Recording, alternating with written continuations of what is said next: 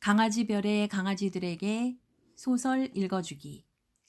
불지피기. 잭 런던. 6번째 편, 마지막 편입니다. 피터야, 웬디야. 이제 소설을 읽어줄게. 불지피기. 오늘 마지막 이야기야. 잘 들어봐. 그러나 개의 몸통을 두 손으로 잡고 앉아있는 것 이외에 사나이가 할 수 있는 일이라고는 없었다. 개를 죽일 수 없다는 사실을 깨달았다. 죽일 방도가 없었던 것이다. 무력한 두 손으로는 칼집에서 칼을 빼서 손에 쥘 수도 없었고 개의 목을 조를 수도 없었다. 그가 개를 놓아주자 개는 꼬리를 다리 사이에 감추고 계속 지저대면서 미친 듯이 튀어 달아났다. 40걸음쯤 물러나서는 멈춘 다음 두 귀를 쫑긋 앞으로 세우고 호기심을 갖고 사나이를 관찰하였다. 사나이는 손이 어디 있는지 확인하려고 두 손을 내려다보았다. 그는 손이 팔끝에 매달려 있는 것을 보았다. 손의 소재를 알기 위해 눈을 사용해야 한다는 사실이 참 이상스럽다는 생각이 들었다. 두 팔을 앞뒤로 휘두르기 시작했고 장갑 낀 두 손으로 허리를 치기 시작했다. 이러한 동작을 5분간 격렬하게 했고 그러자 그의 심장은 몸의 표면까지 피를 공급했기 때문에 몸이 떨리는 것은 그쳤다. 하지만 손의 감각이 살아나지는 않았다. 느낌으로는 두 손이 두 팔의 끝에 묵직하게 달려 있다는 것이었으나 그 느낌을 실제로 확인할 수는 없었다. 희미하긴 했지만 죽음에 대한 중압적인 공포가 사나이에게 다가왔다. 이번 일이 단순히 손가락과 발가락이 언다든지 혹은 손발을 잃는 정도의 문제가 아니라 죽을 가능성이 높은 생사의 문제라는 데까지 생각이 미치자 공포감은 곧 더욱 커져갔다. 그러자 그는 힘이 빠졌다. 방향을 틀어 수로 바닥을 넘어 오래된 희미한 길을 따라 뛰었다. 개가 합세하여 그를 따랐다. 평생 몰랐던 공포를 느끼며 아무런 의도도 없이 맹목적으로 뛰었다. 눈길을 가르며 허위적거리며 달리다가 천천히 주위의 사물들의 시선을 주기 시작했다. 수로의 기슭들, 오랜 목재 더미, 잎사귀 없는 백양나무들과 하늘이 보였다. 그렇게 달린 덕분에 기분은 한결 좋아졌다. 오한도 느껴지지 않았다. 아마 계속 달리면 두 발도 녹으리라. 오랫동안 달리다 보면 야영지에 있는 동료들도 보이리라. 틀림없이 손가락과 발가락 몇 개, 얼굴 중 일부는 잃을지도 모른다. 하지만 그곳에 도착하면 동료들이 그를 돌보아주고 몸의 나머지 부분은 구해주리라. 그런데 이와 동시에 자기는 결코 동료들이 있는 야영지에 가지 못하리라는 생각, 그의 몸이 너무 얼어서 곧 뻣뻣하게 굳어 죽을 것이라는 생각이 들었다.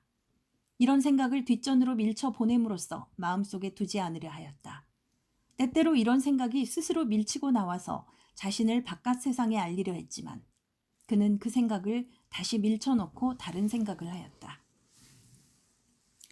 두 발이 너무 얼어서 달리다가 땅을 쳐서 몸의 무게를 받을 때에도 느낄 수 없는 정도인데도 그가 달릴 수 있다는 사실은 너무 신기하였다.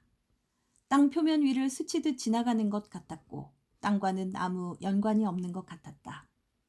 어디선가 날개 달린 머큐리 신 그림을 본 적이 있는데 아마도 그 신이 땅을 스치며 다닐 때 지금의 자기가 느끼는 것과 같은 기분이 아니었을까라는 생각도 해보았다.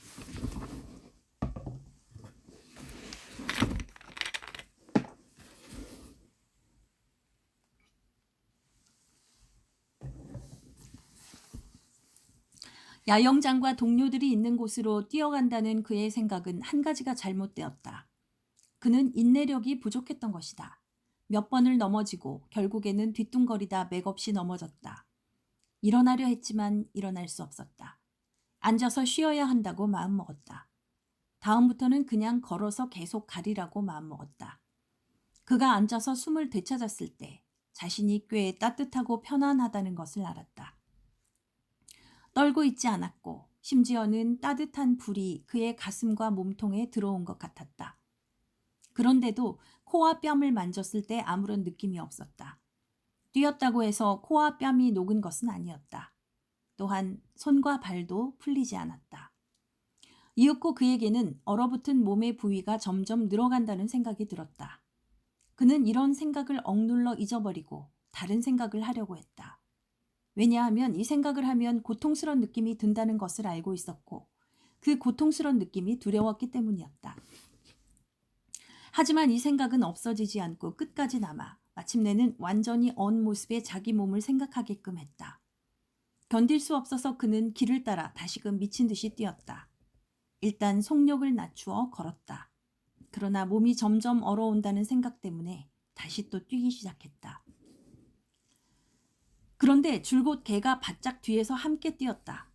그가 두 번째 넘어졌을 때 개는 그의 앞에 앉아서 이상스러울 정도로 열심히 그를 쳐다보았다. 따뜻하고 안전한 개를 보자 그는 화가 났다. 개에게 욕을 퍼붓자 마침내는 개가 두 귀를 내리고 사나이를 달래는 듯하였다. 이번에는 그에게 오한이 좀 더 빨리 닥쳤다. 동상과의 싸움에 지고 있는 중이었다. 동상은 사방에서 그의 몸으로 기어들고 있었다. 이런 생각 때문에 몸을 달렸지만 100피트 정도 달리고는 멈추었다. 그러고는 비틀거리다가 앞으로 곤두박질 쳤다. 최후의 고통이었다. 숨을 제대로 쉬고 자제력을 회복했을 때 그는 앉아서 죽음을 당당하게 맞이하리라는 생각을 했다. 그러나 그 생각은 다른 식으로 다가왔다. 그에게 떠오른 것은 다름 아니라 목이 날아간 채 뛰어 돌아다니는 닭처럼 바보 같은 자신의 모습이었다. 글쎄 어쨌든 얼어 죽을 수밖에 없으니 그 사실을 점잖게 받아들여야 마땅하리라. 이렇듯 새로 찾은 마음의 평화와 함께 처음으로 희미한 졸음이 다가왔다. 그의 생각으로는 자다가 죽는 것도 괜찮을 것 같았다. 마취당하는 것과 같지 않을까. 얼어 죽는 것이 사람들 생각처럼 나쁘지는 않았다. 더 험하게 죽는 방법도 많지 않은가. 그는 다음 날 동료들이 자신의 시체를 발견하는 것을 머릿속으로 그려보았다. 그러자 갑자기 그를 찾아 길을 따라온 동료들과 함께 있는 자신을 발견하게 되었다. 또한 여전히 그들과 함께 굽은 길을 따라가다가 눈 속에 누워있는 자신의 모습을 보게 되었다. 더 이상 동료들과 같은 세계에 속해 있는 것이 아니었다. 이미 제 몸에서 빠져나와 동료들과 함께 눈 속에 누워있는 자신의 모습을 바라보고 있는 것이다. 정말로 춥다고 생각했다. 알래스카를 떠나 본토로 돌아가면 사람들에게 정말로 추운 것이 어떤 것인지를 말해줄 수 있을 것이다. 이 생각을 하다가 이윽고 설퍼 수로 쪽에서 온 노인의 모습을 생각하게 되었다. 이제 노인의 모습이 꽤 선명하게 보였다. 노인은 따뜻하고 편안한 곳에서 담배를 피우고 있었다. 노인장 말씀이 옳았소.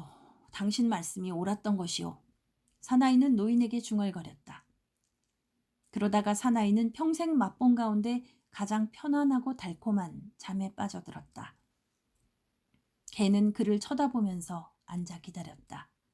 짧은 낮이 거의 끝나면서 긴 황혼이 서서히 다가왔다.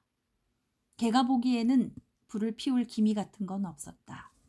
게다가 개의 경험으로도 눈 속에 이렇듯 앉아서 불을 지피지 않는 사람은 없었다. 황혼이 짙어지자 불에 대한 간절한 소망을 억제할 수 없어 개는 앞발을 높이 쳐들기도 하고 흔들어대기도 하면서 작은 소리로 낑낑댔다. 그러고는 주인한테 꾸지람을 들을 것으로 예상했는지 두 귀를 내렸다. 하지만 주인은 꼼짝하지 않았다.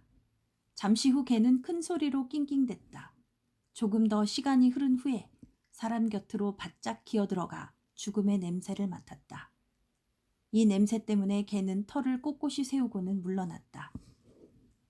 개는 얼마 동안 그 자리에 머물러 있다가 차가운 하늘에 높이 솟아 춤추듯 반짝이며 밝게 빛나는 별들 아래서 길게 울부짖었다.